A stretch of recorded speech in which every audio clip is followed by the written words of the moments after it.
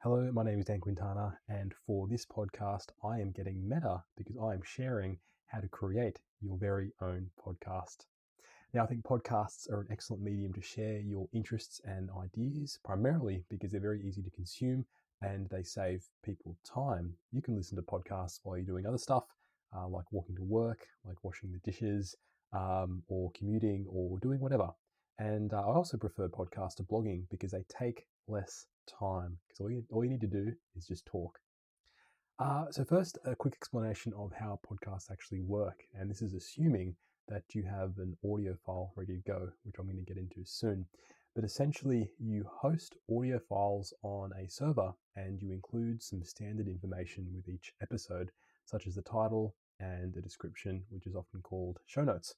And then you send this RSS feed to a podcast directory like Apple Podcasts or Google Podcast. A lot of people think that Apple actually hosts the podcast, but they don't.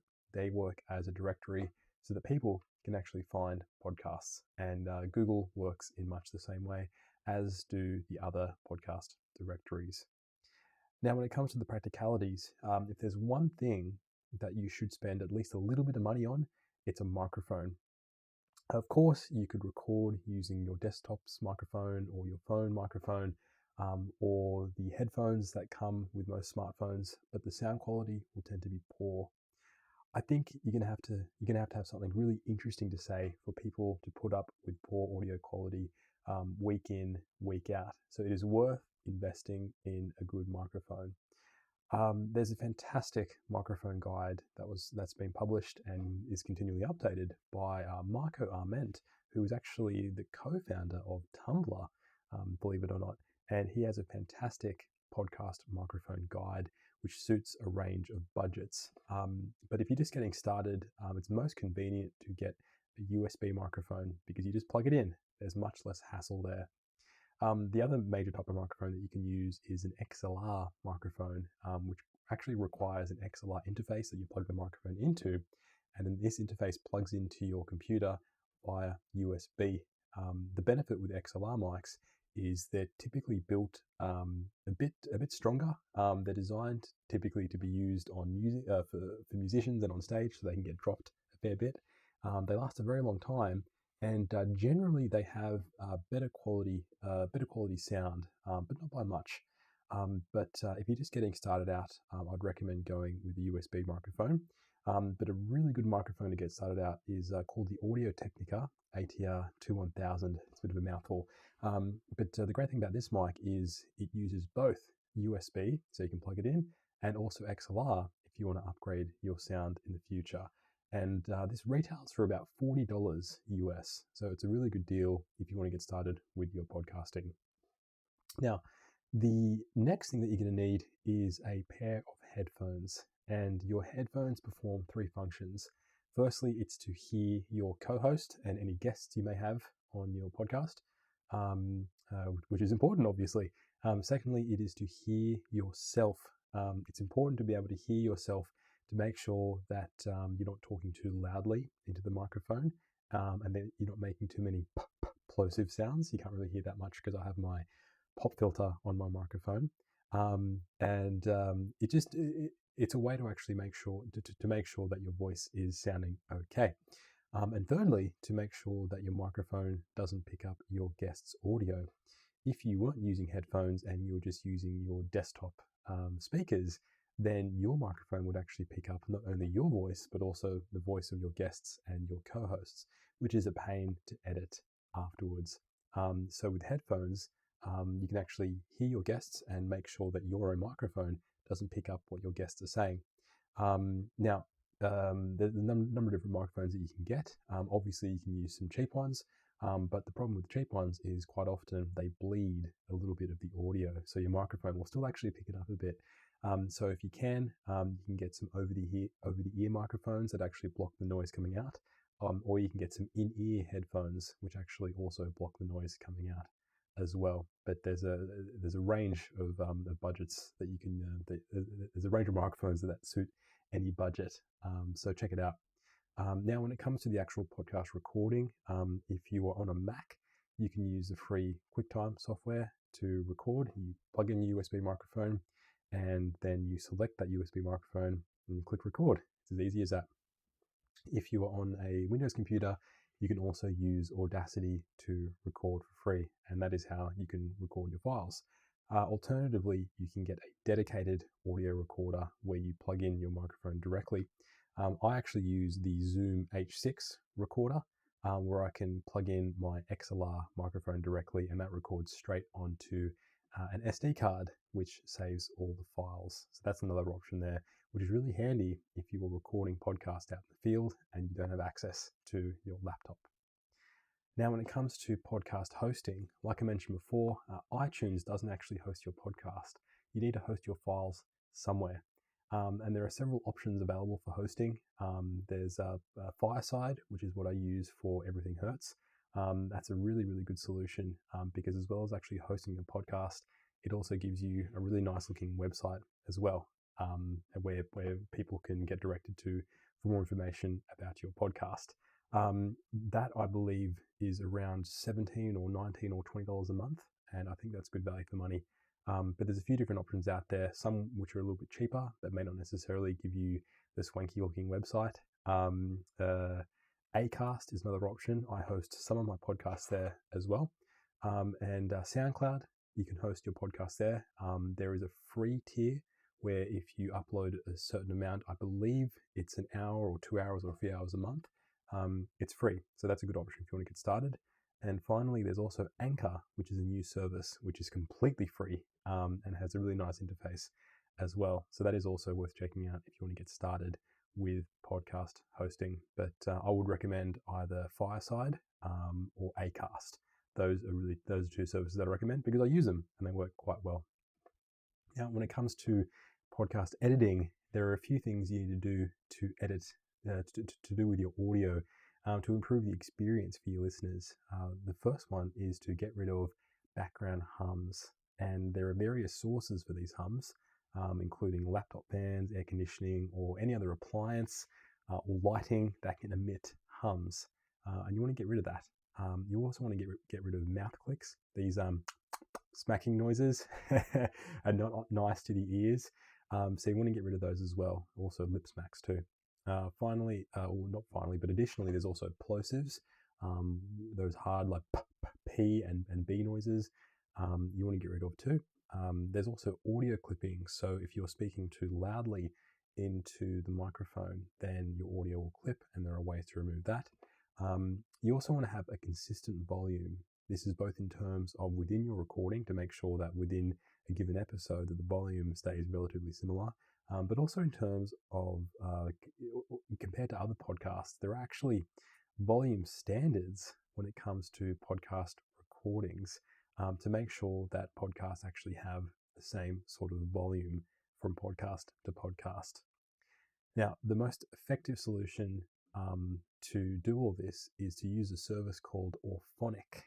And all these things are going to get put in the show notes. Orphonic takes care of most of these issues.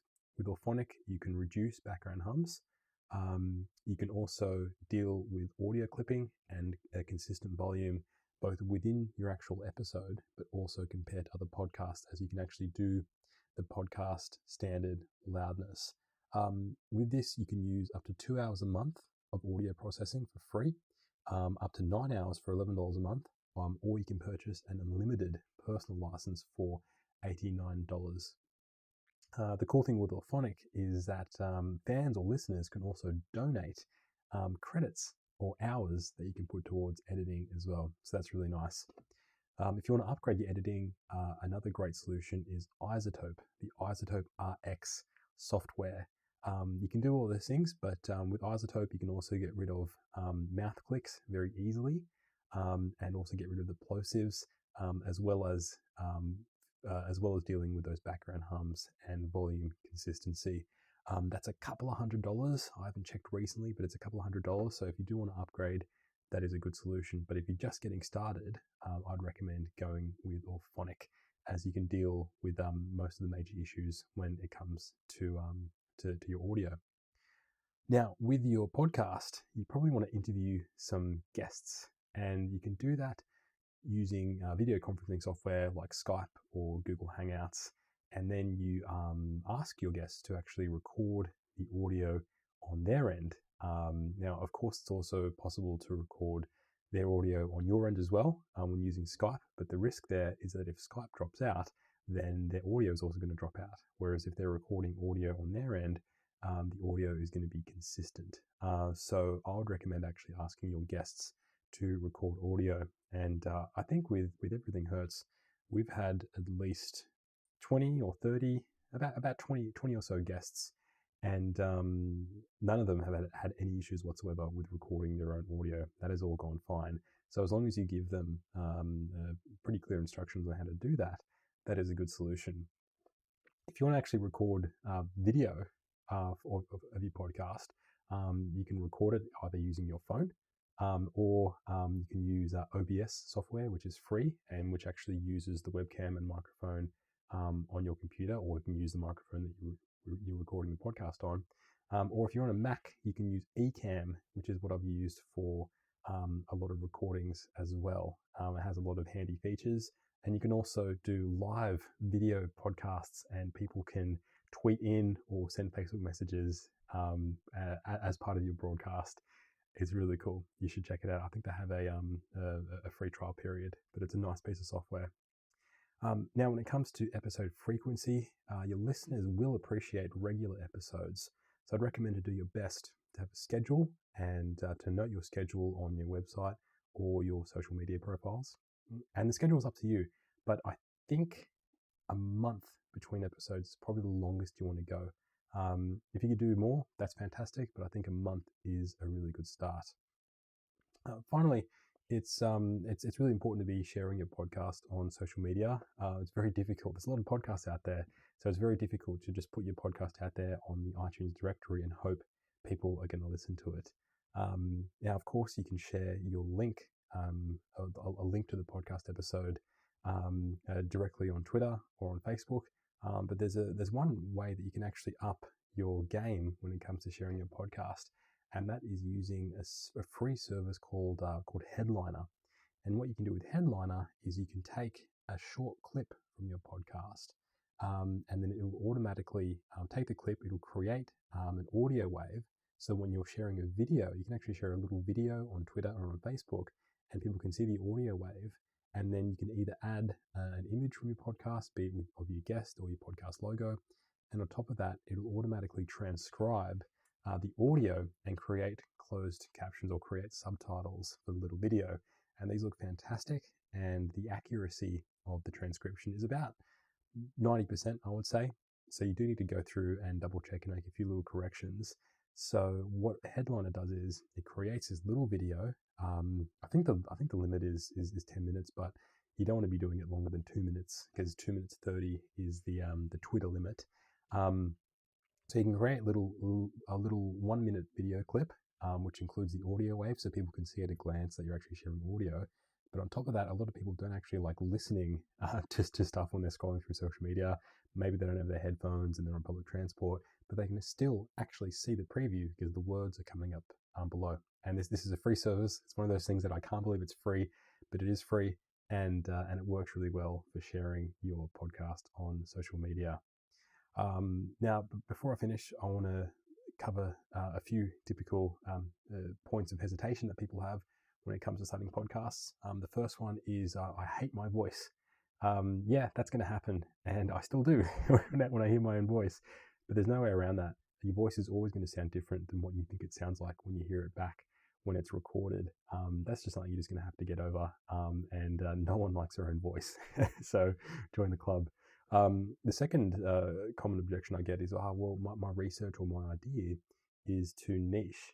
But I don't think there's an idea that's too niche. You're always going to have an audience out there who actually want to listen to what you have to say about your topic of expertise. So don't let the potential nicheness, if that's a word, of your topic scare you away from doing a podcast. And finally, it's this idea of like, well, I'm not going to start off with any listeners, but the reality is every single podcast started with no listeners. So everyone has to start from somewhere. And it just takes a lot of consistency. I read a statistic that most podcasts, the majority of podcasts don't get beyond 10 or 8 or 9 or 10 podcast episodes. So if you can get beyond that threshold, you are well on your way. And it's just important to be consistent with your episodes, but at least make the goal of getting to 10. So I hope that has helped you. If you have any other questions when it comes to podcasting, please let me know. You can best way to contact me is over Twitter at @DSQuintana.